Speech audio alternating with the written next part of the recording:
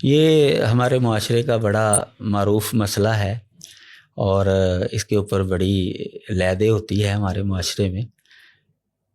تو اگر آپ یہ باغ فدق والی حدیث پڑھیں گے نا کہ سیدہ فاطمہ رضی اللہ تعالی عنہا حضرت ابوبکر صدیق رضی اللہ تعالیٰ عنہ کے پاس آئی تھی وہ اپنا حصہ لینے کے لیے، تو اسی حدیث کے اندر اس کا حل موجود ہے. حضرت ابوبکر رضی اللہ، یہ صحیح بخاری کی حدیث ہے، صحیح.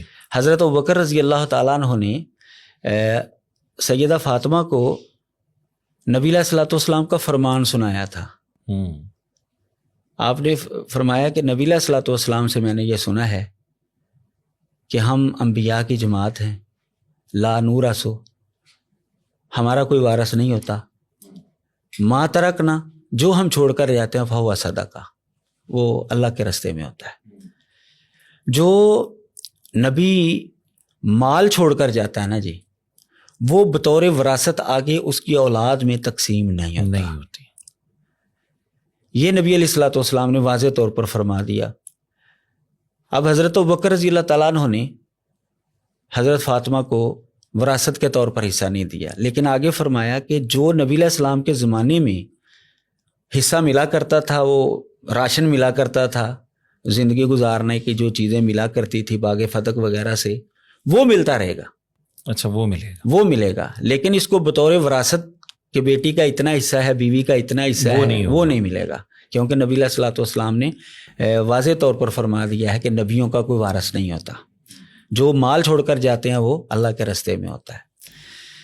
اچھا، یہ مسئلہ جو ہے یہ اسی حدیث کے اندر جو ہے اس کا حل موجود ہے. اب کہتے ہیں جی یہ نہیں جی وہ تو جی ظلم کر دیا جی، انہوں نے یہ کر دیا جی، وہ کر دیا. اچھا بھی حق تلفی تو تب ہوتی کہ اگر وہ ان کو محروم کر کے اپنی بیٹی کو دیتے، کیونکہ ان کی بیٹی تو نبی علیہ السلام کی بیوی تھی نا. حضرت عائشہ رضی اللہ تعالیٰ عنہا کے پاس امہات المومنین جمع ہوئی ہیں کہ ہم اپنے حصے کا مطالبہ کرتی ہیں، تو حضرت عائشہ نے بھی یہی حدیث سنائی ہے. ساری بیگمات جو ہیں وہ خاموش ہو گئی ہیں، کسی نے پھر حصے کا مطالبہ نہیں کیا. اب حضرت ابوبکر رضی اللہ تعالیٰ عنہ نے اگر ان کو وراثت نہیں دی تو نبی علیہ الصلوۃ والسلام کے فرمان کی وجہ سے نہیں دی. اگر انہوں نے قبضہ کرنا ہوتا تو وہ قبضہ کر کے اپنا یا اپنی اولاد کا پیٹ پالتے. ایسے ہی ہے، ان کی نسلوں میں جائیداد ان کی نسلوں میں جاتا. اچھا، کسی کے پاس نہیں آیا.